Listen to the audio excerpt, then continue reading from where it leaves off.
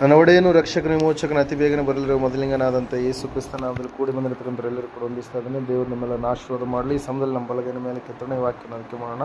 ಯೆಹೋವನು ಒಳ್ಳೆಯವನು, ಆತನ ಕೃಪೆಯು ಶಾಶ್ವತವಾಗಿರುವುದು. ಯೆಹೋವನು ಒಳ್ಳೆಯವನು, ಆತನ ಕೃಪೆಯು ಶಾಶ್ವತವಾಗಿರುವುದು. ಯೆಹೋವನು ಒಳ್ಳೆಯವನು, ಆತನ ಕೃಪೆಯು ಶಾಶ್ವತವಾಗಿರುವುದು. ಆಮೇನ್, ಆಮೇನ್, ಆಮೇನ್. ಹಲ್ಲೆಲೂಯಾ. ಈ ಸಮಯದಲ್ಲಿ ನಾವು ನೇರವಾಗಿ ದೇವರ ವಾಕ್ಯದ ಕಡೆ ಹೋಗೋಣ. ಕೀರ್ತನೆಗಳ ಪುಸ್ತಕ 118ನೇ ಕೀರ್ತನೆ 8 ಮತ್ತು 9ನೇ ವಚನಗಳನ್ನು ಈ ಸಮಯದಲ್ಲಿ ನಾವು ಧ್ಯಾನ ಮಾಡೋಣ. ಮನುಷ್ಯರಲ್ಲಿ ಭರವಸವಿಡುವುದಕ್ಕಿಂತ ಯೆಹೋವನನ್ನು ಆಶ್ರಯಿಸುವುದು ಒಳ್ಳೆಯದು. ಪ್ರಭುಗಳಲ್ಲಿ ಭರವಸವಿಡುವುದಕ್ಕಿಂತ ಯೆಹೋವನನ್ನು ಆಶ್ರಯಿಸುವುದು ಒಳ್ಳೆಯದು ಎಂಬುದಾಗಿ. ಹಲ್ಲೆಲೂಯಾ.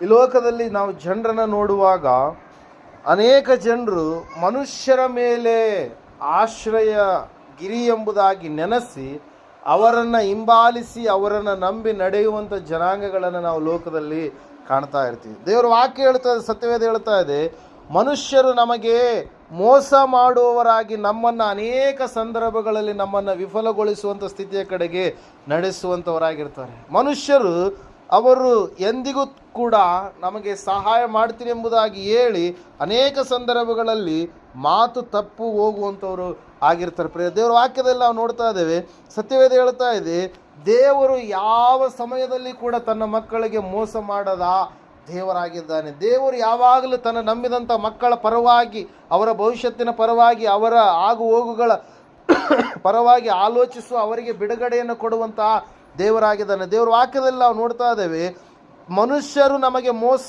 ಮಾಡಿ ನಮ್ಮನ್ನು ವಿಫಲಗೊಳಿಸಬಹುದು. ಅಧಿಕಾರಿಗಳು, ರಾಜಕುಮಾರರು, ರಾಜರುಗಳು ಕೂಡ ನಮ್ಮನ್ನು, ಪ್ರಭುಗಳು ಕೂಡ, ಎಲ್ಲ ಮನುಷ್ಯರ ವೈಫಲ್ಯಗಳನ್ನು ಹೊಂದಿರುವ ಅವರು ಕೂಡ ಮನುಷ್ಯರಾಗಿ ನಮ್ಮನ್ನು ವಿಫಲಗೊಳಿಸಬಹುದು. ಆದರೆ ದೇವರು ಮಾತ್ರ ಯಾವಾಗಲೂ ನಮ್ಮನ್ನು ಆತನು ವಿಫಲಗೊಳಿಸದೆ ನಡೆಸುವಂತಹ ದೇವರಾಗಿದ್ದಾನೆ. ಯಾರು ಆತನ ಆಶ್ರಯಕ್ಕೆ ಬರ್ತಾರೋ, ಯಾರು ಆತನನ್ನು ಹುಡುಕ್ತಾ ಇರ್ತಾರೋ, ಯಾರು ಆತನಿಗೆ ಮೊರೆ ಇಡುವಂಥವರಾಗಿರ್ತಾರೋ, ಯಾರು ಆತನ ಬಳಿಗೆ ಬರುವಂಥವರಾಗಿರ್ತಾರೋ, ಖಂಡಿತವಾಗಿ ಆತನ ಕೃಪೆಯ ಸಮೀಪಕ್ಕೆ ಬರುವಂಥ ಪ್ರತಿಯೊಬ್ಬೊಬ್ಬರಿಗೂ ಕೂಡ ದೇವರು ಅನೇಕವಾದಂಥ ಅತ್ಯಧಿಕವಾದಂಥ ಆಶೀರ್ವಾದಗಳನ್ನು ಇಟ್ಟಿದ್ದಾನೆ. ಪ್ರಿಯರೇ, ದೇವರ ವಾಕ್ಯದಲ್ಲಿ ನಾವು ನೋಡ್ತಾ ಇದ್ದೇವೆ, ಸತ್ಯವೇದ ಹೇಳ್ತಾ ಇದೆ ಸ್ಪಷ್ಟವಾಗಿ, ಇವತ್ತು ನಾವು ಯಾರ ಆಶ್ರಯದಲ್ಲಿ ಇದ್ದೇವೆ. ಅನೇಕರು ಇವತ್ತಿನ ದಿವಸ ಮನುಷ್ಯರನ್ನು ತಮ್ಮ ಭುಜಬಲ ಎಂಬುದಾಗಿ ನೆನೆಸ್ತಾರೆ. ಅನೇಕರು ತಮಗಿರ್ತಕ್ಕಂಥ ಆಸ್ತಿ ಸರ್ವ ಸಂಪತ್ತನ್ನು ತಮ್ಮ ಭುಜಬಲ ಎಂಬುದಾಗಿ ನೆನೆಸ್ತಾರೆ. ಕೆಲವರು ತಮಗಿರ್ತಕ್ಕಂಥ ಉದ್ಯೋಗವನ್ನು ಆಶ್ರಯ ಎಂಬುದಾಗಿ ನೆನೆಸ್ತಾರೆ. ಇನ್ನು ಕೆಲವರು ತಮಗಿರುವಂಥ ಹಣವನ್ನು ಆಶ್ರಯ ಎಂಬುದಾಗಿ ನೆನೆಸ್ತಾರೆ. ಆದರೆ ದೇವ್ರ ವಾಕ್ಯ ಹೇಳ್ತಾ ಇದೆ, ಸತ್ಯವೇದ ಹೇಳ್ತಾ ಇದೆ, ಅವೆಲ್ಲವುಗಳು ಕೂಡ ನಶ್ವರ, ಅವೆಲ್ಲವುಗಳು ಕೂಡ ಏನಾಗುವಂಥವುಗಳ ರೀ, ಮಾಯವಾಗಿ ಹೋಗುವಂಥವುಗಳು. ಅದಕ್ಕಾಗಿ ನಾವು ನೋಡ್ತಾ ಇದ್ದ ಭಕ್ತನು ಹೇಳ್ತಾ ಇದ್ದಾನೆ, ಈ ಯೆಹೋವನು ನನಗಿದ್ದಾನೆ, ಆತನೇ ನನಗೆ ಸಹಾಯಕನು ಎಂಬುದಾಗಿ. ಯೆಹೋವನು ನನಗಿದ್ದಾನೆ, ಭಯಪಡೆನು, ಮನುಷ್ಯನು ನನಗೆ ಏನು ಮಾಡನು ಎಂಬುದಾಗಿ. ಮನುಷ್ಯರಲ್ಲಿ ಭರವಸೆ ಇಡುವುದಕ್ಕಿಂತ ಯೆಹೋವನನ್ನು ಆಶ್ರಯಿಸುವಂಥದ್ದೇ ಒಳ್ಳೆಯದು ಎಂಬುದಾಗಿ. ದೇವರನ್ನು ಆಶ್ರಯಿಸುವಾಗ ದೇವರು ನಮ್ಮ ಪಕ್ಷವಾಗಿ ಆತನು ನಿಲ್ತಾನೆ. ಪ್ರಿಯರೇ, ದೇವರನ್ನು ಆಶ್ರಯಿಸುವಾಗ ದೇವರು ನಮ್ಮ ಕೊರತೆಗಳನ್ನು ಆತನು ನೀಗಿಸ್ತಾನೆ. ದೇವರ ವಾಕ್ಯದಲ್ಲಿ ನಾವು ನೋಡ್ತಾ ಇದ್ದೇವೆ, ಸತ್ಯವೇದ ಸ್ಪಷ್ಟವಾಗಿ ತಿಳಿಸ್ತಾ ಇದೆ. ರೂತಳ ಪುಸ್ತಕದಲ್ಲಿ ಒಬ್ಬ ತಾಯಿ ದೇವರನ್ನು ಆಶ್ರಯಿಸಿ ಆಕೆ ತನ್ನ ಸ್ವಂತ ದೇಶವನ್ನು, ಬಂಧು ಬಳಗವನ್ನು, ಎಲ್ಲವುಗಳನ್ನು ಬಿಟ್ಟು ಆಕೆ ಏನು ಮಾಡ್ತಾ ಇದ್ದಾಳೆ, ದೇವರ ನಾಡಿಗೆ ಆಕೆ ಬರ್ತಾ ಇದ್ದಾಳೆ. ಪ್ರಿಯರೇ, ರೂತಳ ಪುಸ್ತಕದಲ್ಲಿ ನಾವು ನೋಡ್ತಾ ಇದ್ದೇವೆ, ಸತ್ಯವೇದ ಸ್ಪಷ್ಟವಾಗಿ ನಮಗೆ ತಿಳಿಸ್ತಾ ಇದೆ, ಆ ತಾಯಿ ದೇವರ ಆಶ್ರಯಕ್ಕೆ ಬರ್ತಾ ಇದ್ದಾಳೆ. ಆ ತಾಯಿ ಅಲ್ಲಿಯವರೆಗೆ ದೇವರ ಸನ್ನಿಧಾನದಲ್ಲಿ ಇರಲಾರ್ದಂಥ ಸ್ಥಿತಿಯಲ್ಲಿ ಇರ್ತಕ್ಕಂಥ ಆಕೆ ಯಾವಾಗ ತನ್ನ ಅತ್ತೆ ಮಾಡುವಂಥ ಭಯಭಕ್ತಿಯ ಜೀವಿತವನ್ನು ಆಕೆ ನೋಡಿದ್ಲು, ಆಕೆ ತನ್ನ ಅತ್ತೆಯಲ್ಲಿರ್ತಕ್ಕಂಥ ದೈವಿಕವಾದಂಥ ಲಕ್ಷಣಗಳನ್ನು ಆಕೆ ನೋಡಿದ್ಲು, ಕಂಡುಕೊಂಡ್ಲು, ಆ ಸಮಯದಲ್ಲಿ ಸಂಪೂರ್ಣವಾಗಿ ಆಕೆ ಬದಲಾವಣೆ ಆಗ್ತಾ ಇದ್ದಾಳೆ. ಪ್ರಿಯರೇ, ಹಲ್ಲೆಲೂಯಾ. ಇವತ್ತಿನ ದಿವಸ ಆ ನವೋಮಿ ಎನ್ನುವಂಥ ತಾಯಿ ಆಕೆ ತನ್ನ ಸೊಸೆಯಂದರಿಗೆ ದೈವಿಕವಾದಂಥ ಭಕ್ತಿಯ ಲಕ್ಷಣಗಳನ್ನು ಆಕೆ ಪ್ರೇರೇಪಿಸ್ತಾ ಇದ್ದಾಳೆ, ತೋರಿಸ್ತಾ ಇದ್ದಾಳೆ. ಆಕೆ ನಡತೆ ಮೂಲಕವಾಗಿ ಸಂಪೂರ್ಣವಾಗಿ ಆಕೆ ದೇವರನ್ನು ಮೆಚ್ಚಿಸುವಂಥವಳಾಗಿ ಇದ್ದಾಳೆ. ಪ್ರಿಯರೇ, ಹಲ್ಲೆಲೂಯಾ. ಆಕೆಯ ಸೊಸೆಯಂದರಾಗಿರ್ತಕ್ಕಂಥ ರೂತಳು ಮತ್ತು ಓರ್ವಳ ಕುರಿತಾಗಿ ನಾವು ನೋಡುವಾಗ, ಒಬ್ಬ ಸೊಸೆಯಾದರೂ ಅತ್ತೆಯನ್ನು ಅಂಟಿಕೊಂಡು ಭಯಭಕ್ತಿಯ ಜೀವಿತವನ್ನು ಜೀವಿಸಿದರೆ, ಇನ್ನೊಬ್ಬ ಸೊಸೆಯಾದರೂ ಅತ್ತೆಯನ್ನು ಬಿಟ್ಟು ಆಕೆ ಸ್ವದೇಶದವರ ಬಳಿಗೆ ಹೋಗಿ ಆಕೆ ಸಂಪೂರ್ಣವಾಗಿ ದೇವರಿಂದ ದೂರ ಹೋಗಿ ಓದ್ಲು. ಆಕೆ ದೇವರ ಆಶ್ರಯವನ್ನು ತಿರಸ್ಕಾರ ಮಾಡಿಲ್ಲ. ಆದರೆ ಒಬ್ಬ ತಾಯಿ ಆದರೂ ದೇವರನ್ನು ಆಶ್ರಯಿಸಿ ಆಕೆ ದೇವರ ನಾಡಿಗೆ, ದೇವರ ಸ್ಥಳಕ್ಕೆ, ದೇವರ ಸನ್ನಿಧಾನಕ್ಕೆ ಬರ್ತಾ ಇದ್ದಾಳೆ ಪ್ರಿಯರೇ. ಹಲ್ಲೆಲೂಯಾ. ಇವತ್ತು ನಾವು ಮಾಡುವಂಥ ಭಕ್ತಿ ಅನೇಕರಿಗೆ ಮಾದರಿಯಾಗಿರಬೇಕೇ ಹೊರತಾಗಿ, ನಮ್ಮನ್ನು ನೋಡಿ ಅನೇಕರು ದೇವರ ಸಮೀಪಕ್ಕೆ ಬರಬೇಕೇ ಹೊರತಾಗಿ, ನಮ್ಮನ್ನು ನೋಡಿ ದೇವರಿಂದ ದೂರ ಹೋಗುವಂಥ ಸ್ಥಿತಿಯ ಕಡೆಗೆ ನಮ್ಮ ಭಯಭಕ್ತಿ ಇರಬಾರ್ದು ಪ್ರಿಯರೇ. ನಾವು ನೋಡ್ತಾ ಇದ್ದೇವೆ, ನವೋಮಿ ತನ್ನ ಸೊಸೆಯಾದಂಥ ರೂತಳಿಗೆ ಆಕೆ ಪ್ರಭಾವಿತಳಾದ್ಲು, ರೋಲ್ ಮಾಡೆಲ್ ಆಗಿ ಆಕೆ ಕಾಣಿಸ್ತಾ ಇದ್ದಾಳೆ. ಇಲ್ಲಿ ನಾವು ನೋಡ್ತಾ ಇದ್ದೇವೆ, ದೇವರ ವಾಕ್ಯ ಹೇಳ್ತಾ ಇದೆ, ಸತ್ಯವೇದ ಹೇಳ್ತಾ ಇದೆ. 2ನೇ ಅಧ್ಯಾಯದಲ್ಲಿ ನಾವು ನೋಡ್ತಾ ಇದ್ದೇವೆ, ಆ ವಚನ ಈ ರೀತಿಯಾಗಿದೆ. ಒಂದ್ಸಾರಿ ಓದಿಕೊಳ್ಳೋಣ. 12ನೇ ವಚನ. ನೀನು ಮಾಡಿದ ಉಪಕಾರಕ್ಕೆ ಪ್ರತಿಯಾಗಿ ಯೆಹೋವನು ನಿನಗೆ ಉಪಕಾರ ಮಾಡಲಿ. ನೀನು ಯಾವಾತನ ರೆಕ್ಕೆಗಳ ಮರೆಯನ್ನು ಆಶ್ರಯಿಸಿಕೊಳ್ಳ ಬಂದಿಯೋ ಆ ಇಸ್ರಾಯೇಲ್ ದೇವರಾದ ಯೆಹೋವನು ನಿನಗೆ ಉತ್ತಮವಾದಂಥ ಪ್ರತಿಫಲವನ್ನು ಅನುಗ್ರಹಿಸಲಿ ಎಂದು ಉತ್ತರ ಕೊಟ್ಟನು ಎಂಬುದಾಗಿ. ಹಲ್ಲೆಲೂಯಾ. ನಾವು ನೋಡ್ತಾ ಇದ್ದೇವೆ, ಆ ತಾಯಿ ದೇವರ ಒಂದು ಆಶ್ರಯಕ್ಕೆ ಬರ್ತಾ ಇದ್ದಾಳೆ. ಆ ತಾಯಿ ತನ್ನ ದೇಶದಲ್ಲಿ, ಮೊವಾಬ್ ಎನ್ನುವಂಥ ದೇಶದಲ್ಲಿ ಶಾಪಗ್ರಸ್ತವಾದಂಥ ಸ್ಥಿತಿಯಲ್ಲಿ, ಶಾಪಗ್ರಸ್ತವಾದಂಥ ಜನಾಂಗದ ಮಧ್ಯದಲ್ಲಿ ಹುಟ್ಟಿ ಬೆಳೆದವಳಾಗಿದ್ದಾಗಲೂ ಕೂಡ ಆ ಒಂದು ಶಾಪದಿಂದ ಆಕೆ ಆಶೀರ್ವಾದದ ಬುಗ್ಗೆಯಾಗಿರ್ತಕ್ಕಂಥ ದೇವರ ಸಮೀಪಕ್ಕೆ ಬರ್ತಾ ಇದ್ದಾಳೆ ಪ್ರಿಯರೇ. ಹಲ್ಲೆಲೂಯಾ. ನಾವು ನೋಡ್ತಾ ಇದ್ದೇವೆ, ದೇವರು ವಾಕ್ಯ ಹೇಳ್ತಾ ಇದೆ, ಸತ್ಯವೇದ ಹೇಳ್ತಾ ಇದೆ, ಅಲ್ಲಿ ಒಬ್ಬ ವ್ಯಕ್ತಿ ಈ ರೀತಿಯಾಗಿ, ಬಹುವಚನ ಈ ರೀತಿಯಾಗಿ ಆಕೆಗೆ ಆಶೀರ್ವದಿಸ್ತಾ ಇದ್ದಾನೆ. ಏನೆಂಬುದಾಗಿ, ನೀನು ಯಾವಾತನ ರೆಕ್ಕೆಗಳನ್ನು ಮರೆಯನ್ನು ಆಶ್ರಯಿಸಿಕೊಳ್ಳ ಬಂದಿದ್ದೀಯೋ, ನೀನು ಯಾವ ಒಂದು ದೇವರ ಸಮೀಪಕ್ಕೆ ಬಂದಿದೆಯೋ, ಯಾವಾತನ ರೆಕ್ಕೆಯ ಮರೆಯನ್ನು ನೀನು ಆಶ್ರಯಿಸಿಕೊಳ್ಳ ಬಂದಿದೆಯೋ ಆತನಿಂದ ನಿನಗೆ ಉತ್ತಮವಾದಂಥ ಪ್ರತಿಫಲಗಳು, ಉತ್ತಮವಾದಂಥ ಆಶೀರ್ವಾದಗಳು, ಉತ್ತಮವಾದಂಥ ಬಿಡುಗಡೆ. ನೀನು ಯಾವೊಂದು ಶಾಪಗ್ರಸ್ತವಾದಂಥ ಸ್ಥಿತಿಯಿಂದ ಬೇರ್ಪಟ್ಟು ನೀನು ದೇವರ ಕಡೆಗೆ ಬಂದಿದೆಯೋ ನಿನಗೆ ಆಶೀರ್ವಾದವೇ ಉಂಟಾಗಲಿ ಎಂಬುದಾಗಿ. ಹಲ್ಲೆಲೂಯಾ. ನಾವು ನೋಡ್ತಾ ಇದ್ದೇವೆ ಪ್ರಿಯರೇ, ಆ ತಾಯಿ ರೂತಳು, ಆಕೆಯ ಜೀವಿತ ಯಾವ ರೀತಿಯಾಗಿ ಆಕೆಯ ಬೆಳಕು ಎನ್ನುವಂಥದ್ದು ಆರಿಸಲ್ಪಟ್ಟಂಥ ಸ್ಥಿತಿಯಲ್ಲಿತ್ತು, ದೀಪ ಎನ್ನುವಂಥದ್ದು ಆರಿಸಲ್ಪಟ್ಟಂಥ ಸ್ಥಿತಿಯಲ್ಲಿತ್ತು. ದೇವರು ಪುನಃ ಆಕೆಯ ಜೀವಿತವನ್ನು ಏನು ಮಾಡಿದ್ರಿ? ಬೆಳಗಿಸಿದರು ಪ್ರಿಯರೇ. ಹಲ್ಲೆಲೂಯಾ. ಕತ್ತಲೆ ಎನ್ನುವಂಥದ್ದು ಆಕೆಯಲ್ಲಿ ಆವರಿಸಿದಂಥ ಸಮಯದಲ್ಲಿ ದೇವರು ಸಂಪೂರ್ಣವಾಗಿ ತನ್ನ ಆಶ್ರಯಕ್ಕೆ ಬಂದಿರತಕ್ಕಂಥ ರೂತಳ ಜೀವಿತದಲ್ಲಿ ದೇವರು ಬೆಳಕನ್ನಾಗಿ ಆಕೆ ಜೀವಿತವನ್ನು ಮಾರ್ಪಡಿಸಿದರು. ಯೇಸು ಕ್ರಿಸ್ತನ ವಂಶಾವಳಿಯಲ್ಲಿ ರೂತಳು ಕೂಡ ಸ್ಥಾನವನ್ನು ಪಡೆದುಕೊಳ್ಳುವ ಹಾಗೆ, ದಾವೀದನಿಗೆ ಮುತ್ತಜ್ಜಿ ಆಗುವ ಹಾಗೆ ದೇವರು ಆಶೀರ್ವಾದವನ್ನು ಮಾಡಿದ್ರು ಪ್ರಿಯರೇ. ಅದಕ್ಕಾಗಿ ನಾವು ನೋಡ್ತಾ ಇದ್ದೇವೆ, ದೇವ್ರ ವಾಕ್ಯ ಹೇಳ್ತಾ, ಸತ್ಯವೇದ ಹೇಳ್ತಾ ಇದೆ, ಮನುಷ್ಯರನ್ನೆಲ್ಲ ದೇವರನ್ನು ಆಶ್ರಯಿಸಿಕೊಳ್ಳುವವರಿಗೆ ದೈವಿಕವಾದಂಥ ಆಶೀರ್ವಾದ ಖಂಡಿತವಾಗಿ ಇದ್ದೇ ಇರುತ್ತೆ ಪ್ರಿಯರೇ. ಆಕೆಯ ದೀಪ ಆರಿ ಹೋದಂಥ ಸ್ಥಿತಿಯಲ್ಲಿ ಇರ್ತಕ್ಕಂಥದ್ದು ಆಕೆಗೆ ದೇವರು ಬೆಳಕನ್ನು ಕೊಟ್ಟ. ಆಕೆಯ ಒಂದು ಜೀವಿತ ಏನಂತ ಹೇಳ್ತಾ ಇದ್ದೇವೆ, ಬಲಹೀನವಾದಂಥ ಸ್ಥಿತಿಯಲ್ಲಿ ಇರ್ತಕ್ಕಂಥ ಆಕೆಯ ಜೀವಿತದಲ್ಲಿ ದೇವರು ಬಲವನ್ನು ಕೊಟ್ಟ. ಎಲ್ಲರಿಂದ ಕೈ ಬಿಡಲ್ಪಟ್ಟಂಥ ಸ್ಥಿತಿಯಲ್ಲಿ ಆಕೆ ಇರ್ತಾ ಇದ್ದೇನೋ, ದೇವರು ಆಕೆಯ ಜೀವಿತವನ್ನು ಒಂದು ಮಾದರಿಯ ಜೀವಿತವಾಗಿ, ಭಕ್ತಿಯ ಜೀವಿತವಾಗಿ ಆಕೆಯ ಜೀವಿತವನ್ನು ದೇವರು ಮಾರ್ಪಡಿಸಿದ್ರು ಪ್ರಿಯರೇ. ಅದಕ್ಕಾಗಿ ನಾವು ನೋಡ್ತಾ ಇದ್ದೇವೆ, ಅದಕ್ಕಾಗಿ ದೇವರ ವಾಕ್ಯ ಸ್ಪಷ್ಟವಾಗಿ ನಮಗೆ ತಿಳಿಸ್ತಾ ಇದೆ. ಏನಂತ ಹೇಳಂತಂದರೆ, ನಾವು ದೇವರನ್ನು ಆಶ್ರಯಿಸಿಕೊಳ್ಳೋಣ. ಕಷ್ಟದ ಸಮಯದಲ್ಲಿ, ನಷ್ಟದ ಸಮಯದಲ್ಲಿ, ನೋವುಗಳ ಸಮಯದಲ್ಲಿ, ಸಂತೋಷದ ಸಮಯದಲ್ಲಿ, ಎಲ್ಲ ಸಮಯದಲ್ಲಿ ದೇವರು ಮಾತ್ರ ನಮ್ಮನ್ನು ಉದ್ಧರಿಸುವವನಾಗಿರ್ತಾನೆ.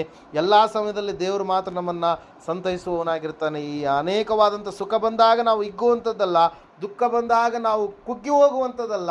ಎಲ್ಲ ಸಮಯದಲ್ಲಿ ದೇವರ ಸಮೀಪದಲ್ಲಿ ನಾವಿರುವಾಗ ಆತನು ನಮ್ಮನ್ನು ನಡೆಸಿಕೊಂಡು ಹೋಗುವಂಥ ನಾವಿಕನಾಗಿ, ಆತನು ನಮ್ಮನ್ನು ಸರಿಯಾದ ಮೇವುಗಳ ಮಧ್ಯದಲ್ಲಿ ಕರೆದುಕೊಂಡು ಹೋಗುವಂಥ ಕುರುಬನಾಗಿ, ಆತನು ನಮಗೆ ಬರುವಂಥ ಎಲ್ಲ ಸೋಲುಗಳ ಮಧ್ಯದಲ್ಲಿ ನಮಗೆ ಜಯವನ್ನು ಕೊಡುವಂಥ ಯೆಹೋವ ನಿಸ್ಸಿಯಾಗಿ ನಮಗೆ ನಮ್ಮ ಪಕ್ಷವಾಗಿರುವಂಥ ದೇವರಾಗಿದ್ದಾನೆ ಪ್ರಿಯರೇ. ಅದಕ್ಕಾಗಿ ನಾವು ನೋಡ್ತಾ ಇದ್ದೇವೆ, ದೇವರ ವಾಕ್ಯ ಹೇಳ್ತಾ ಇದೆ, ನಾವು ಸಂಪೂರ್ಣವಾಗಿ ದೇವರ ಆಶ್ರಯದಲ್ಲಿ ನಾವು ಬರಬೇಕು. ದೇವರ ಆಶ್ರಯದಲ್ಲಿ ನಾವು ಇರುವವರಾಗಬೇಕು. ಮನುಷ್ಯರ ಸಹಾಯಕ್ಕಿಂತ ದೇವರ ಸಹಾಯ ಶ್ರೇಷ್ಠವಾಗಿರುವಂಥದ್ದು ಪ್ರಿಯರೇ. ಅದಕ್ಕಾಗಿ ನಾವು ನೋಡ್ತಾ ಇದ್ದೇವೆ, 2ನೇ ಪೂರ್ವಕಾಲ ವೃತ್ತಾಂತ ಪುಸ್ತಕದಲ್ಲಿ ಸತ್ಯವೇದ ಈ ರೀತಿಯಾಗಿ ಹೇಳ್ತಾ ಇದೆ. 14ನೇ ಅಧ್ಯಾಯದಲ್ಲಿ ಸತ್ಯವೇದದಲ್ಲಿ ಒಬ್ಬ ವ್ಯಕ್ತಿಯ ಕುರಿತಾಗಿ ಸತ್ಯವೇದ ತಿಳಿಸ್ತಾ ಇದೆ, ಅರಸನಾಗಿರ್ತಕ್ಕಂಥ ಆಸನ ಕುರಿತಾಗಿ. ಆತನ ಒಂದು ಭಕ್ತಿಯ ಜೀವಿತ, ಆತನ ಒಂದು ದೇವರನ್ನು ಆಶ್ರಯಿಸಿಕೊಂಡಂಥ ವಿಧಾನ ಆತನಿಗೆ ಮತ್ತು ಆತನ ರಾಜ್ಯಕ್ಕೆ ಸಮಾಧಾನವನ್ನು ತೆಗೆದುಕೊಂಡು ಬಂತು ಪ್ರಿಯರೇ. ನಾವು ನೋಡ್ತಾ ಇದ್ದೇವೆ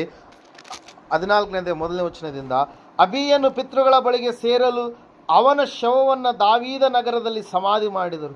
ಅವನಿಗೆ ಬದಲಾಗಿ ಅವನ ಮಗನಾದ ಆಸನು ಅರಸನಾದನು. ಇವನ ಕಾಲದಲ್ಲಿ ದೇಶದಲ್ಲಿ 10 ವರ್ಷ ಸಮಾಧಾನವಿತ್ತು.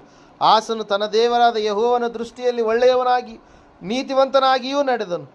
ಇವನು ಅನ್ಯ ದೇವತೆಗಳ ಯಜ್ಞವೇದಿಗಳನ್ನು, ಪೂಜಾ ಸ್ಥಳಗಳನ್ನು ತೆಗೆದುಹಾಕಿ ಕಲ್ಲು ಕಂಬಗಳನ್ನು ಒಡಿಸಿ ಅಶೇರ ವಿಗ್ರಹ ಸ್ತಂಭಗಳನ್ನು ಕಡಿಸಿಬಿಟ್ಟು ಯೆಹೂದ್ಯರಿಗೆ, ನೀವು ನಿಮ್ಮ ಪಿತೃಗಳ ದೇವರಾದ ಯೆಹೋವನನ್ನೇ ಆಶ್ರಯಿಸಿಕೊಂಡು ಧರ್ಮಶಾಸ್ತ್ರ ವಿಧಿಗಳನ್ನು ಕೈಕೊಳ್ಳಿರಿ ಎಂದು ಆಜ್ಞಾಪಿಸಿದನು ಎಂಬುದಾಗಿ. ಹಲ್ಲೆಲೂಯಾ. ಆಸನ ಒಂದು ಕಾಲದಲ್ಲಿ ಅವನ ತಂದೆಯಾಗಿರ್ತಕ್ಕಂಥ ಅಬೀಯನು ನಾವು ನೋಡ್ತಾ ಇದ್ದೇವೆ, ಆತನು ದೇವರಿಗೆ ವಿರುದ್ಧವಾದಂಥ ಮಾರ್ಗದಲ್ಲಿ ನಡೀತಾ ಇದ್ದಾನೆ. ದೇಶವೆಲ್ಲವೂ ಕೂಡ ಸಂಪೂರ್ಣವಾಗಿ ದೇವರಲ್ಲದ ಒಂದು ಸ್ಥಿತಿಗಳಲ್ಲಿ ಉಲ್ಲಾಸ ಪಡ್ತಾ ಇದೆ, ಸಂತೋಷ ಪಡ್ತಾ ಇದೆ.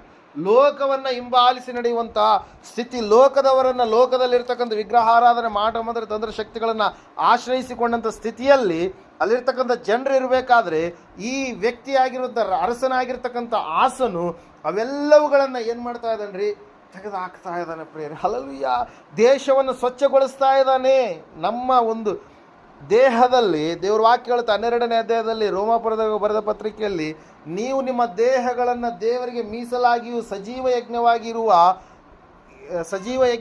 ನೀವೇನು ಮಾಡಿರಿ, ನಿಮ್ಮ ದೇಹಗಳನ್ನು ಸಮರ್ಪಣೆ ಮಾಡಿರಿ. ಇದೇ ವಿವೇಕಪೂರ್ವಕವಾದಂಥ ಆರಾಧನೆ ಎಂಬುದಾಗಿ ನಮ್ಮ ದೇಹದ ಮೂಲಕವಾಗಿ ದೇವರಿಗೆ ಘನತೆ ತರುವಂಥ ರೀತಿಯಲ್ಲಿ ನಾವು ಭಯಭಕ್ತಿಯ ಜೀವಿತವನ್ನು ಮಾಡಬೇಕು. ಹಲ್ಲೆಲೂಯಾ. ಅಲ್ಲಿ ನಾವು ನೋಡ್ತಾ ಇದ್ದೇವೆ, ದೇಶವನ್ನು ಸ್ವಚ್ಛಗೊಳಿಸ್ತಾ ಇದ್ದಾನೆ ಆಸನು. ಅಲ್ಲಿರ್ತಕ್ಕಂಥ ಜನರು ಸಂಪೂರ್ಣವಾಗಿ ದೇವರನ್ನು ಆಶ್ರಯಿಸುವಂಥದ್ದನ್ನು ಬಿಟ್ಟು ವಿಗ್ರಹಗಳನ್ನು ಆಶ್ರಯಿಸುವಂಥವರಾಗಿದ್ದಾರೆ.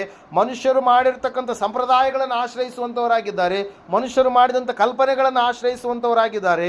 ಆದರೆ ಯಾವಾಗ ಆಸನ ಈ ಕಾರ್ಯವನ್ನು ಮಾಡಿದಾದ ಮೇಲೆ ಆತನು ಹೇಳ್ತಾ ಇದ್ದಾರೆ, ನೀವು ನಿಮ್ಮ ಪಿತೃಗಳ ದೇವರಾದ ಯೆಹೋವನನ್ನೇ ಆಶ್ರಯಿಸಿರಿ ಎಂಬುದಾಗಿ. ಹಲ್ಲೆಲೂಯಾ.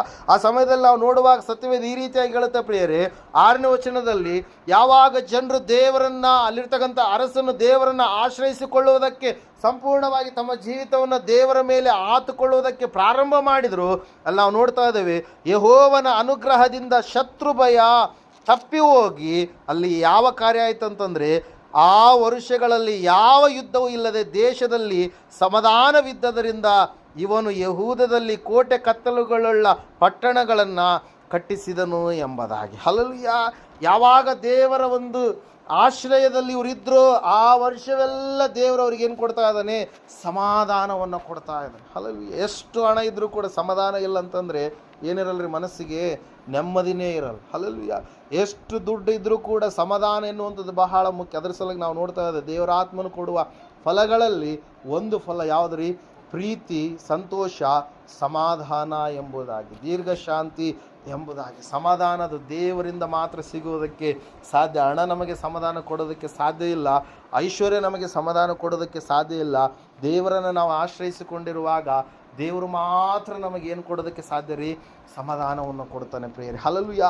ಆ ಸಮಾಧಾನವನ್ನು ನಾವು ಟಿವಿಗಳಲ್ಲಿ, ಸಿನಿಮಾಗಳಲ್ಲಿ, ಸೀರಿಯಲ್ಗಳಲ್ಲಿ, ಕುಡಿಯುವಂಥ ವಿಷಯಗಳಲ್ಲಿ, ತಿನ್ನುವಂಥ ವಿಷಯಗಳಲ್ಲಿ ನಾವು ಹುಡುಕಿದರೆ ಆ ಸಮಾಧಾನ ಸ್ವಲ್ಪ ಮಾತ್ರ ಕ್ಷಣಿಕವಾಗಿ ನಮಗೆ ಸಿಗುತ್ತೆ ಹೊರತಾಗಿ ದೇವರು ಮಾತ್ರ ಶಾಶ್ವತವಾದಂಥ ಸಮಾಧಾನವನ್ನು ಆತ ನಮಗೋಸ್ಕರವಾಗಿ ಇಟ್ಟಿದ್ದಾನೆ ಪ್ರಿಯರೇ. ಅದಕ್ಕಾಗಿ ನಾವು ನೋಡ್ತಾ ಇದ್ದೇವೆ, ಆ ಜನರು ಅಲ್ಲಿರ್ತಕ್ಕಂಥ ಅರಸನಾಗಿರ್ತಕ್ಕಂಥ ಆಸನು ಯಾವಾಗ ದೇವರನ್ನು ಆಶ್ರಯಿಸಿಕೊಳ್ಳಬೇಕಂತೇಳಿ ನಿರ್ಧಾರವನ್ನು ತೆಗೆದುಕೊಂಡ್ರು, ತೀರ್ಮಾನವನ್ನು ತೆಗೆದುಕೊಂಡ್ರು, ಆ ದೇಶದಲ್ಲೆಲ್ಲ ಸಮಾಧಾನ ಎನ್ನುವಂಥದ್ದು ಉಂಟಾಯಿತು ಪ್ರಿಯರೇ. ಮುಂದೆ ಬರಲಿಕ್ಕಿರ್ತಕ್ಕಂಥ ಎಲ್ಲ ಶತ್ರುಗಳ ಮೇಲೆ ದೇವರು ಇವರಿಗೆ ಜಯವನ್ನು ಕೊಟ್ಟರು ಪ್ರಿಯರೇ. ಅದಕ್ಕಾಗಿ ನಾವು ನೋಡ್ತಾ ಇದ್ದೇವೆ, ದೇವ್ರ ವಾಕ್ಯ ಹೇಳ್ತಾ, ಸತ್ಯವೇದ ಹೇಳ್ತಾ ಇದೆ, ತಾಯಿಯಾದಂಥ ರೂತಳು ಆಕೆ ಯೆಹೋವನನ್ನು ಆಶ್ರಯಿಸಿಕೊಳ್ಳುವುದಕ್ಕಾಗಿ ಮೊವಾಬ್ ಎನ್ನುವಂಥ ದೇಶವನ್ನು ಬಿಟ್ಟು ಆ ಬೆತ್ಲೆಹೇಮಿಗೆ ಆಕೆ ಹೊರಟು ಬಂದಾಗ ಆಕೆಯ ಚರಿತ್ರೆ ಎನ್ನುವಂಥದ್ದು ದೇವರು ಏನು ಮಾಡಿದ್ರಿ, ಬದಲಾವಣೆ ಮಾಡಿದ್ರು. ಇಲ್ಲ ನಾವು ನೋಡ್ತಾ ಇದ್ದೇವೆ, ಅರಸನಾಗಿರ್ತಕ್ಕಂಥ ಆಸನು ತನ್ನ ತಂದೆಯ ಕಾಲದಲ್ಲಿರ್ತಕ್ಕಂಥದ್ದು ಎಲ್ಲ ಕೆಟ್ಟದ್ದನ್ನು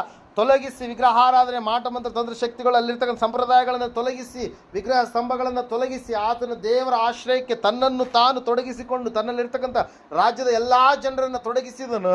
ಆ ಸಮಯದಲ್ಲಿ ಆ ಒಂದು ರಾಜ್ಯದಲ್ಲಿ ಸಮಾಧಾನ ಎನ್ನುವಂಥದ್ದು ಏನಾಯ್ತು ರೀ, ಉಂಟಾಯಿತು ಪ್ರೇರ. ಅದಕ್ಕಾಗಿ ನಾವು ನೋಡ್ತಾ ಇದ್ದೇವೆ, ದೇವರನ್ನು ಆಶ್ರಯಿಸಿಕೊಳ್ಳುವಾಗ ದೇವರು ನಮಗೆ ಆಶೀರ್ವದಿಸುವಂಥದ್ದು ಮಾತ್ರವಲ್ಲ, ಆತನು ನಮಗೆ ಸಮಾಧಾನವನ್ನು ಕೂಡ ಕೊಡ್ತಾನೆ ಪ್ರೇರ. 2ನೇ ಪೂರ್ವಕಾಲ ವೃತ್ತಾಂತ ಪುಸ್ತಕ 20ನೇ ಅಧ್ಯಾಯ 3ನೇ ವಚನದಲ್ಲಿ ಈ ರೀತಿಯಾಗಿ ನಾವು ನೋಡ್ತಾ ಇದ್ದೇವೆ. ಇಲ್ಲಿ ಒಬ್ಬ ಅರಸನ ಕುರಿತಾಗಿ ಸತ್ಯವೇದ ಹೇಳ್ತಾ ಇದೆ, ಮೊವಾಬ್ಯರು, ಅಮ್ಮೋನಿಯರು, ಮೆಗೋನ್ಯರಲ್ಲಿ ಕೆಲವರು ಅರಸನಾಗಿರುವಂಥ ಯೆಹೋಷಾಫಾಟನ್ ಎನ್ನುವಂಥ ವ್ಯಕ್ತಿಯ ರಾಜ್ಯಕ್ಕೆ ವಿರುದ್ಧವಾಗಿ ಏನು ಮಾಡ್ತಾ ಇದ್ದಾರೆ, ಯುದ್ಧಕ್ಕೆ ಬರ್ತಾರೆ ಪ್ರೇರೆ. ಎಷ್ಟು ಜನ ಅರಸುಗಳು? 3 ಅರಸುಗಳು, ಮೊವಾಬ್ಯರು, ಅಮೋನಿಯರು, ಮೆಗೋನ್ಯರು ಎಂಬುದಾಗಿ. ಹಲ್ಲೆಲೂಯಾ. ನಾವು ನೋಡ್ತಾ ಇದ್ದೇವೆ, ಅರಸನಾಗಿರ್ತಕ್ಕಂಥ ಯೆಹೋಷಾಫಾಟನಿಗೆ ಬಹಳ ಭಯ ಆಗುತ್ತೆ. ಅವನು ಹೆದರ್ತಾ ಇದ್ದಾನೆ, ಭಯ ಪಡ್ತಾ ಇದ್ದಾನೆ. ಅಯ್ಯೋ, ಮೂವರು ರಾಜರುಗಳು ಅವರು ಮಾತಾಡಿಕೊಂಡು ನಮ್ಮ ಮೇಲೆ ಯುದ್ಧಕ್ಕೆ ಬರ್ತಾ ಇದ್ದಾರೆ, ನಮ್ಮನ್ನು ನಾಶ ಮಾಡಬೇಕು, ಸಾಯಿಸಬೇಕು, ನಮ್ಮ ಒಂದು ಚರಿತ್ರೆಯನ್ನು ಸಂಪೂರ್ಣವಾಗಿ ಚರಿತ್ರ ಪುಟಗಳಲ್ಲಿ ಅಳಿಸಿ ಹಾಕಬೇಕೆನ್ನುವಂಥ ಸ್ಥಿತಿಯಲ್ಲಿ ಅವರು ಬರ್ತಾ ಇದ್ದಾರೆ. ದೇವರೇ, ಬಲಹೀನರು ನಾವಪ್ಪ, ನಾವು ಹೆದರ್ತಾ ಇದ್ದೇವೆ, ಭಯಪಡ್ತಾ ಇದ್ದೇವೆ. ಈ ಸಮಯದಲ್ಲಿ ನಾವು ಶತ್ರುಗಳನ್ನು ಅಥವಾ ಇನ್ನೊಬ್ಬ ವ್ಯಕ್ತಿಯಾಗಿರುವಂಥ ಅರಸನನ್ನು ಆಶ್ರಯಿಸದೆ, ದೇವರೇ ನಾವು ನಿನ್ನನ್ನು ಆಶ್ರಯಿಸ್ತೇವೆ ಎಂಬುದಾಗಿ ಏನು ಮಾಡ್ತಾ ಇದ್ದಾರೆ ರೀ. ಅಲ್ಲಿ ನಾವು ನೋಡ್ತಾ ಇದ್ದೇವೆ 3ನೇ ವಚನದಲ್ಲಿ ಸತ್ಯವೇದ ಹೇಳ್ತಾ ಇದೆ, ಯೆಹೋಷಾಫಾಟನು ಹೆದರಿ ಯೆಹೋವನನ್ನೇ ಆಶ್ರಯಿಸಿಕೊಳ್ಳಬೇಕೆಂದು ನಿರ್ಣಯಿಸಿಕೊಂಡು ಯೆಹೂದ್ಯರೆಲ್ಲರೂ ಉಪವಾಸ ಮಾಡಬೇಕೆಂದು ಪ್ರಕಟಿಸಿದನು ಎಂಬುದಾಗಿ. ಹಲ್ಲೆಲೂಯಾ. ಇಲ್ಲ ನಾವು ನೋಡ್ತಾ ಇದ್ದೇವೆ, ಅರಸನಾಗಿರ್ತಕ್ಕಂಥ ಯೆಹೋಷಾಫಾಟನು ಏನು ಮಾಡ್ತಾ ಇದ್ದಾನೆ, ಭಯಪಟ್ಟು ಯಾರನ್ನ ಆಶ್ರಯಿಸಿಕೊಳ್ತಾ ಇದ್ದಾನೆ ರೀ, ಅಲ್ಲಿ ನಾವು ನೋಡ್ತಾ ಇದ್ದೇವೆ, ವಿಶ್ವ ಚಕ್ರವರ್ತಿಯಾಗಿರ್ತಕ್ಕಂಥ ಎಲ್ಲ ಸೃಷ್ಟಿಗೆ ಸೃಷ್ಟಿಕರ್ತನಾಗಿರ್ತಕ್ಕಂಥ ದೇವರನ್ನು ಆತನ ಏನು ಮಾಡ್ತಾ ಇದ್ದಾನೆ, ಆಶ್ರಯಿಸ್ತಾ ಇದ್ದಾನೆ. ದೇವ್ರ ವಾಕ್ಯ ಹೇಳ್ತದೆ, ಸತ್ಯವೇದ ಹೇಳ್ತಾ ಇದೆ ಸ್ಪಷ್ಟವಾಗಿ. ಯೆಹೋಷಾಫಾಟನು ಯಾವಾಗ ಒಂದು ನಿರ್ಧಾರವನ್ನು ತೆಗೆದುಕೊಂಡು ಉಪವಾಸ ದಿನವನ್ನು ಗೊತ್ತು ಮಾಡಿ ಅವರಿಗೆಲ್ಲರಿಗೆ ಯೆಹೂದ್ಯರಿಗೆ ತಿಳಿಸಿದಾಗ ಎಲ್ಲ ಯೆಹೂದ್ಯರು ಏನು ಮಾಡ್ತಾ ಇದ್ದಾರೆ, ದೇವರನ್ನು ಆಶ್ರಯಿಸ್ತಾ ಇದ್ದಾರೆ ಪ್ರಿಯರೇ. ಅದಕ್ಕಾಗಿ ನಾವು ನೋಡ್ತಾ ಇದ್ದೇವೆ, ಪ್ರಾರ್ಥನೆಯಲ್ಲಿ ನಿನ್ನ ಕಣ್ಣೀರು ಎನ್ನುವಂಥದ್ದು ಸೇರಿಸಲ್ಪಟ್ಟರೆ, ಪ್ರಾರ್ಥನೆಯಲ್ಲಿ ನಿನ್ನ ಉಪವಾಸ ಎನ್ನುವಂಥದ್ದು ಸೇರಿಸಲ್ಪಟ್ಟರೆ ಅದು ದೊಡ್ಡದಾಗಿರ್ತಕ್ಕಂಥ ಕಾರ್ಯಗಳನ್ನು ನೆರವೇರಿಸುವಂಥದ್ದಾಗಿದೆ ಪ್ರಿಯರು. ಮಾಡಿರ್ತಕ್ಕಂಥ ಉಪವಾಸದ ಪ್ರಾರ್ಥನೆಯ ಫಲಿತವಾಗಿ ನಾವು ನೋಡ್ತಾ ಇದ್ದೇವೆ, 3 ಅರಸರುಗಳು, ಮೊವಾಬ್ಯರು, ಅಮ್ಮೋನಿಯರು, ಮೆಗೋನ್ಯರಲ್ಲಿ ಕೆಲವರು ವಿರುದ್ಧವಾಗಿ ಬಂದು ಅಲ್ಲಿ ನಾವು ನೋಡ್ತಾ ಇದ್ದೇವೆ, ದೇವರು ಅವರ ಪಕ್ಷವಾಗಿ ಏನು ಮಾಡಿದಂತೆ ಯುದ್ಧ ಮಾಡಿದ. ಆ ಶತ್ರುಗಳು ಬಂದಿರತಕ್ಕಂಥ ಶತ್ರುಗಳು ಯಾರಿದ್ದರು, ಆ ಎಲ್ಲ ಶತ್ರುಗಳು ತಮಗೆ ತಾವು ಒಡೆದುಕೊಂಡು ಅವರು ಸಾಯುವ ಹಾಗೆ ಮಾಡಿ ಅವರು ತಂದಿರತಕ್ಕಂಥ ಎಲ್ಲ ಒಂದು ಶ್ರೇಷ್ಠವಾಗಿರ್ತಕ್ಕಂಥ ವಸ್ತುಗಳನ್ನು ಇಸ್ರಾಯೇಲರಿಗೆ ಬಿಟ್ಟುಕೊಟ್ಟು ಹೋದಂಥ ಸ್ಥಿತಿಯನ್ನು ಕೂಡ ನಾವು ಮುಂದಿನ ವಚನಗಳಲ್ಲಿ ನಾವು ನೋಡ್ತಾ ಇದ್ದೇವೆ ಪ್ರೇರ. ಅದಕ್ಕಾಗಿ ನಾವು ನೋಡ್ತಾ ಇದ್ದೇವೆ, ಸತ್ಯವೇದ ಹೇಳ್ತಾ ಇದೆ ಸ್ಪಷ್ಟವಾಗಿ, ಯೆಹೂದ್ಯರ ಅರಸನಾದ ಯೆಹೋಷಾಫಾಟನು ದೇವರ ಕುರಿತಾಗಿ ಆತನು ಏನು ಮಾಡ್ತಾ ಇದ್ದಾನೆ, ಸಂಪೂರ್ಣವಾಗಿ ಆತನನ್ನು ಆಶ್ರಯಿಸಿಕೊಳ್ಳಬೇಕೆಂಬುದಾಗಿ ನಿರ್ಣಯಿಸಿಕೊಂಡಿದ್ದರಿಂದ 30ನೇ ವಚನದಲ್ಲಿ 20ನೇ ಅಧ್ಯಾಯದಲ್ಲಿ ನಾವು ನೋಡ್ತಾ ಇದ್ದೇವೆ, ಹೀಗೆ ದೇವರ ಅನುಗ್ರಹದಿಂದ ಸುತ್ತಣ ವೈರಿಗಳ ಭಯ ತಪ್ಪಿ ಯೆಹೋಷಾಫಾಟನ ರಾಜ್ಯಕ್ಕೆ ಸಮಾಧಾನ ಉಂಟಾಯಿತು ಎಂಬುದಾಗಿ. ಮರುದಿನ ಬೆಳಗ್ಗೆ ಅವರು ಎದ್ದು ತೆಕೋವ ಅರಣ್ಯಕ್ಕೆ ಹೊರಟು ಹೋಗುವಂಥ ಸಮಯದಲ್ಲಿ ಯೆಹೂದ್ಯರೆಲ್ಲರೂ ಕೂಡ ಏನು ಮಾಡ್ತಾ ಇದ್ದಾರೆ, ಯೆಹೋಷಾಫಾಟನು ಹೇಳಿರ್ತಕ್ಕಂಥ ಮಾತುಗಳನ್ನು ಆಲಿಸ್ತಾ ಇದ್ದಾರೆ. ಯೆಹೋವನಲ್ಲಿ ಭರವಸವಿಡಿರಿ, ಸುರಕ್ಷಿತರಾಗುವಿರಿ, ಆತನ ಪ್ರವಾದಿಗಳನ್ನು ನಂಬಿರಿ, ಸಾರ್ಥಕವಾಗುವಿರಿ ಎಂದು ಏನು ಮಾಡ್ತಾ ಇದ್ದಾನೆ, ತಿಳಿಸ್ತಾ ಇದ್ದಾನೆ ಪ್ರಿಯರು. ಅದಕ್ಕಾಗಿ ನಾವು ನೋಡ್ತಾ ಇದ್ದೇವೆ, ಸತ್ಯವೇದ ಸ್ಪಷ್ಟವಾಗಿ ತಿಳಿಸ್ತಾ ಇದೆ, ಆ ಜನರು ಅಮ್ಮೋನಿಯರು, ಮೊವಾಬ್ಯರು, ಸೇಯಿರ್ ಪರ್ವತದವರನ್ನು ನಶಿಸುವುದಕ್ಕೋಸ್ಕರ ಅವರಲ್ಲಿ ಹೊಂಚ ಹಾಕಿರುವಂಥ ಎಲ್ಲರ ವಿಷಯವಾಗಿ ನಾವು ನೋಡ್ತಾ ಇದ್ದೇವೆ. ದೇವರು ಅವರನ್ನು ಸಂಪೂರ್ಣವಾಗಿ ಏನು ಮಾಡಿದಾರೆ, ನಾಶ ಮಾಡಿದಾಗ, ದೇವರೇ ಅವರ ಪಕ್ಷವಾಗಿ ಇದ್ದು ಯುದ್ಧ ಮಾಡಿದಾಗ ಅವರು ತೆಗೆದುಕೊಂಡು ಬಂದಿರತಕ್ಕಂಥ ವಸ್ತುಗಳೆಲ್ಲವೂ ಕೂಡ ತೆಗೆದುಕೊಂಡು ಬಂದಿರತಕ್ಕಂಥ ಎಲ್ಲವೂ ಕೂಡ ಯಾರಿಗೆ ವಶವಾಯಿತಂತೆ, ದೇವರು ನಂಬಿದಂಥ ಮಗನಾಗಿರ್ತಕ್ಕಂಥ ಅರಸನಾಗಿರ್ತಕ್ಕಂಥ ಯೆಹೋಷಾಫಾಟನ ಸೈನ್ಯಕ್ಕೆ ಪ್ರಿಯರೇ. ದೇವ್ರ ವಾಕ್ಯ ಹೇಳ್ತದೆ, ಸತ್ಯವೇದ ಹೇಳ್ತಾ ಇದೆ, ಎಲ್ಲ ಸಮಯದಲ್ಲಿ ನಾವು ದೇವರನ್ನು ಆಶ್ರಯಿಸುವವರಾಗೋಣ. 3 ಅರಸರುಗಳು ಬಂದಾಗ ಭಯಂಕರವಾದಂಥ ರೀತಿಯಲ್ಲಿ ಭಯಪಟ್ಟಂಥ ಅರಸನಾಗಿರ್ತಕ್ಕಂಥ ಯೆಹೋಷಾಫಾಟನು ದೇವರನ್ನೇ ಆಶ್ರಯಿಸಿದೆ. ಇವತ್ತು ನಾನು ನೀನು ಕೂಡ ನಮ್ಮನ್ನು ಮುಳುಗಿಸಬೇಕೆಂಬುದಾಗಿ, ನಮ್ಮ ಜೀವಿತವನ್ನು ನಾಶ ಮಾಡಬೇಕೆಂಬುದಾಗಿ ಬರುವಂಥ ಆಪತ್ತು ವಿಪತ್ತುಗಳ ಮಧ್ಯದಲ್ಲಿ, ಸೋಲುಗಳ ಮಧ್ಯದಲ್ಲಿ, ಸಾಲುಗಳ ಮಧ್ಯದಲ್ಲಿ ನಾವು ಇರುವಂಥ ಸಮಯದಲ್ಲಿ ನಾವು ಸಂಪೂರ್ಣವಾಗಿ ಯೆಹೋವನನ್ನು ಆಶ್ರಯಿಸಿಕೊಂಡು ಉಪವಾಸ ದಿನವನ್ನು ಗೊತ್ತು ಮಾಡಿ ನಾವು ಪ್ರಾರ್ಥಿಸುತ್ತಾ ಕಣ್ಣೀರಿನಿಂದ ದೇವರ ಬಳಿಯಲ್ಲಿ ನಾವು ಯಾವಾಗ ನಾವು ಪ್ರಾರ್ಥಿಸ್ತೀವೋ ಖಂಡಿತವಾಗಿ ದೇವರು ನಮ್ಮ ಪ್ರಾರ್ಥನೆಯನ್ನು ಏನು ಮಾಡ್ತಾನೆ, ಕೇಳ್ತಾನೆ ಪ್ರಿಯರೇ. ಹಿಜ್ಕೀಯ ಅರಸನು ಯಾವಾಗ ಗೋಡೆ ಕಡೆಗೆ ತಿರುಗಿಸಿ ಆತನ ಕಣ್ಣೀರಿಟ್ಟು ದೇವರಿಗೆ ಪ್ರಾರ್ಥನೆ ಮಾಡಿರುವಂಥದ್ದನ್ನು ಕೇಳಿದಂಥ ದೇವರು ನಾವು ನೋಡ್ತಾ ಇದ್ದೇವೆ ಪ್ರಿಯರೇ. ಏನು ಮಾಡಿದಂತ್ರಿ, ದೇವರು ಆತನ ಆಯುಷ್ಯಕ್ಕೆ 15 ವರ್ಷಗಳನ್ನು ಏನು ಮಾಡಿದ, ಹೆಚ್ಚಿಸಿದ.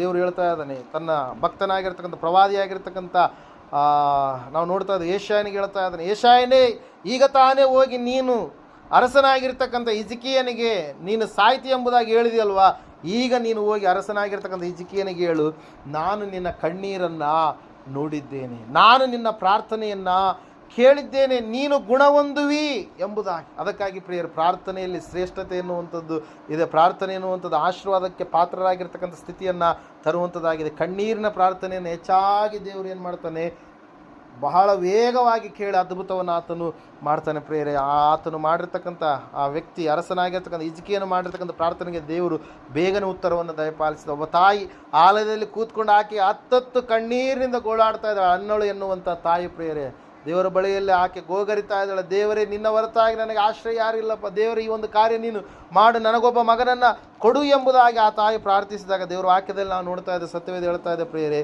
ಹತ್ತು ಕಣ್ಣೀರಿನ ಪ್ರಾರ್ಥನೆ ಮಾಡಿರ್ತಕ್ಕಂಥ, ಹೋರಾಟದ ಪ್ರಾರ್ಥನೆ ಮಾಡಿರ್ತಕ್ಕಂಥ ಅನ್ನಳಿಗೆ ದೇವರು 6 ಜನ ಮಕ್ಕಳನ್ನು ದೇವರು ಏನು ಮಾಡಿದ್ರು ರೀ, ಅನುಗ್ರಹ ಮಾಡಿದ್ರು ಪ್ರಿಯರೇ. ಅದಕ್ಕಾಗಿ ದೇವರು ವಾಕ್ಯ ಹೇಳ್ತಾ ಇದೆ, ಪ್ರಾರ್ಥನೆಯನ್ನು ನಾವು ಮಾಡುವವರಾಗಿರೋಣ. ದೇವರನ್ನು ಆಶ್ರಯಿಸಿಕೊಳ್ಳುವಂಥದ್ದು ಪ್ರಾರ್ಥನೆ ಮೂಲಕವಾಗಿ, ಆರಾಧನೆ ಮೂಲಕವಾಗಿ, ಆತನ ಸನ್ನಿಧಾನಕ್ಕೆ ಬರೋದರ ಮೂಲಕವಾಗಿ, ಆತನ ಆಜ್ಞೆಗಳನ್ನು ಕೈಕೊಳ್ಳುವುದರ ಮೂಲಕವಾಗಿ ನಾವು ಸಂಪೂರ್ಣವಾಗಿ ದೇವರಿಗೆ ಒಳಗಾಗಿ ಜೀವಿಸುವಂಥ ಮಕ್ಕಳಾಗೋಣ ಪ್ರಿಯರೇ. ಸಮಯದಲ್ಲಿ ನಾವೆಲ್ಲರೂ ನಿಂತ್ಕೊಳ್ಳೋಣ, ಪ್ರಾರ್ಥನೆ ಮಾಡೋಣ. ದೇವರು ವಾಕ್ಯ ಹೇಳ್ತಾ ಇದೆ, ಸತ್ಯವೇದ ಹೇಳ್ತಾ ಇದೆ ಸ್ಪಷ್ಟವಾಗಿ ಪ್ರಿಯರೇ. ಏನಂತ ಹೇಳಂತಂದರೆ, ನಾವು ದೇವರನ್ನು ಆಶ್ರಯಿಸಿಕೊಳ್ಳುವಂಥದ್ದು ಒಳ್ಳೆಯದು. ಮನುಷ್ಯರ ಮೇಲೆ ಭರವಸವಿಡುವುದಕ್ಕಿಂತ, ಲೋಕದ ಜನರ ಮೇಲೆ ಭರವಸವಿಡುವುದಕ್ಕಿಂತ, ಲೋಕದಲ್ಲಿರ್ತಕ್ಕಂಥ ಸಂಗತಿಗಳ ಮೇಲೆ ಭರವಸವಿಡುವುದಕ್ಕಿಂತ ನಾವು ಯೆಹೋವನನ್ನು ಆಶ್ರಯಿಸಿಕೊಳ್ಳುವವರಾಗೋಣ.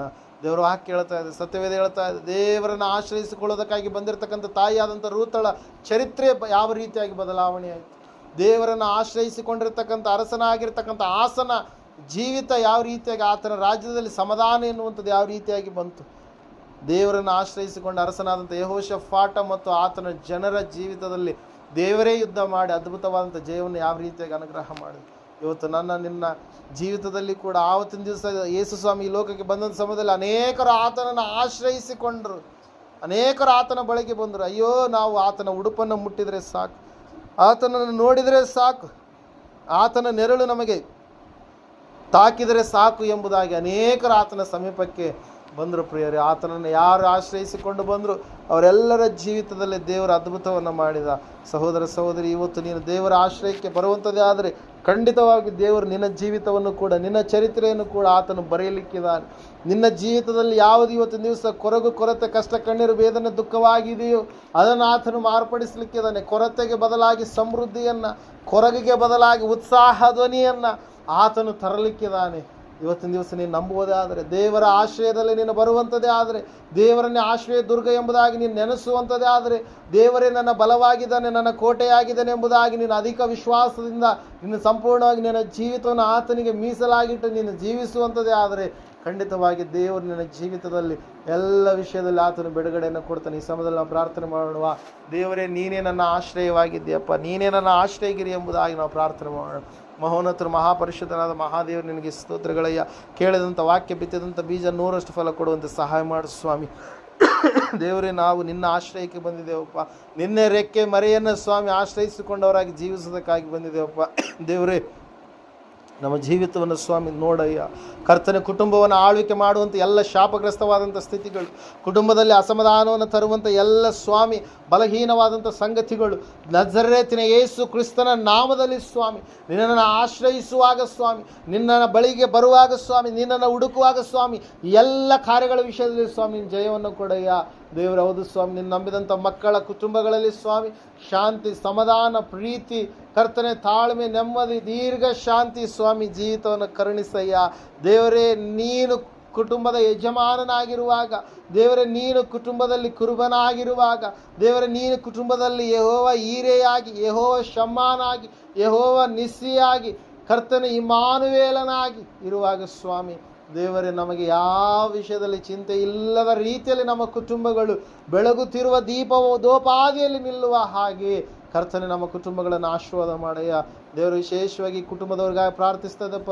ಪ್ರಾರ್ಥನೆಗೋಸ್ಕರ ಸ್ಥಳಾವಕಾಶ ಮಾಡಿಕೊಟ್ಟಿದ್ರೆ ತಕ್ಕದಂಥ ಪ್ರತಿಫಲವನ್ನು ಇವರು ಹೊಂದಿಕೊಂಡು ಸಾಕ್ಷಿಯ ಮಕ್ಕಳಾಗಿ ಇವರು ಜೀವಿಸಲಿಕ್ಕಾಗುವಂಥ ಸಹಾಯ ಮಾಡಿ ನಡೆಸಿ, ಎಲ್ಲ ನಿನ್ನ ಚಿತ್ತ ನೆರವೇರಿಸಿ ನಡೆಸಿ ಮಹಿಮೆ ಬರಬೇಕೆಂಬುದಾಗಿ ಅತಿ ಬೇಗನೆ ಬರಲಿರುವ ಯೇಸು ಕ್ರಿಸ್ತನ ನಾಮದಲ್ಲಿ ಪ್ರಾರ್ಥಿಸಿ ಬೇಡರ್ಪಿಸಿ ಬೇಡಿರುವಂಥದ್ದೆಲ್ಲ ಇವರ ಜೀವಿತದಲ್ಲಿ ಒದಗಿಸಿಕೊಟ್ಟಿದ್ದಕ್ಕಾಗಿ ನಿನಗೆ ಅನಂತ ಕೃತಜ್ಞತೆ ಸ್ತೋತ್ರಗಳನ್ನು ಸಲ್ಲಿಸುತ್ತಾ, ಸಾರ್ವತ್ರಿಕ ಸಭೆ, ಎಲ್ಲ ದೈವ ಸೇವಕರು, ಅವರು ಮಾಡುವ ಸೇವಕರು, ಕುಟುಂಬ ಮಕ್ಕಳು, ಎಲ್ಲ ಆತ್ಮಿಕ ಮಕ್ಕಳು, ಅವ್ರು ಮಾಡುವಂಥ ಕೆಲಸ ಕಾರ್ಯಗಳಲ್ಲೆಲ್ಲ ಶುಭ ಲಾಭವನ್ನು ದಯಪಾಲಿಸಿ ನಡೆಸಿ ಮಹಿಮೆ ಹೊಂದಬೇಕೆಂಬುದಾಗಿ ಯೇಸುವಿನ ನಾಮದಲ್ಲಿ ಬೇಡರ್ಪಿಸಂದೇ ಪರಮ ತಂದೆ, ಆಮೇಲೆ. ನಮ್ಮ ತಂದೆಯಾದ ದೇವರ ಶಾಶ್ವತವಾದ ಪ್ರೀತಿ, ಕುಮಾರನಿಂದ ಯೇಸು ಕ್ರಿಸ್ತನ ಶಾಶ್ವತವಾದ ಕೃಪೆ, ಪರಿಶುದ್ಧಾತ್ಮ ದೇವರ ಶಾಶ್ವತವಾದ ಅನಂತ ನಡೆಸಿ ಅಲಂಕರಿಸಿ ಬಲಪಡಿಸಿ ಕೂಡಿ ಬಂದರೆ ಇವರ ಸಂಘದಲ್ಲಿ ಸಕಲ ಸದ್ಭಕ್ತರ ಸಂಗಡ ಪ್ರಪಂಚದ ಎಲ್ಲ ಮನುಷ್ಯರ ಸಂಗಡ ಸದಾಕಾಲ ನೆಲೆಯಾಗಿರಲಿ ಸ್ವಾಮಿ.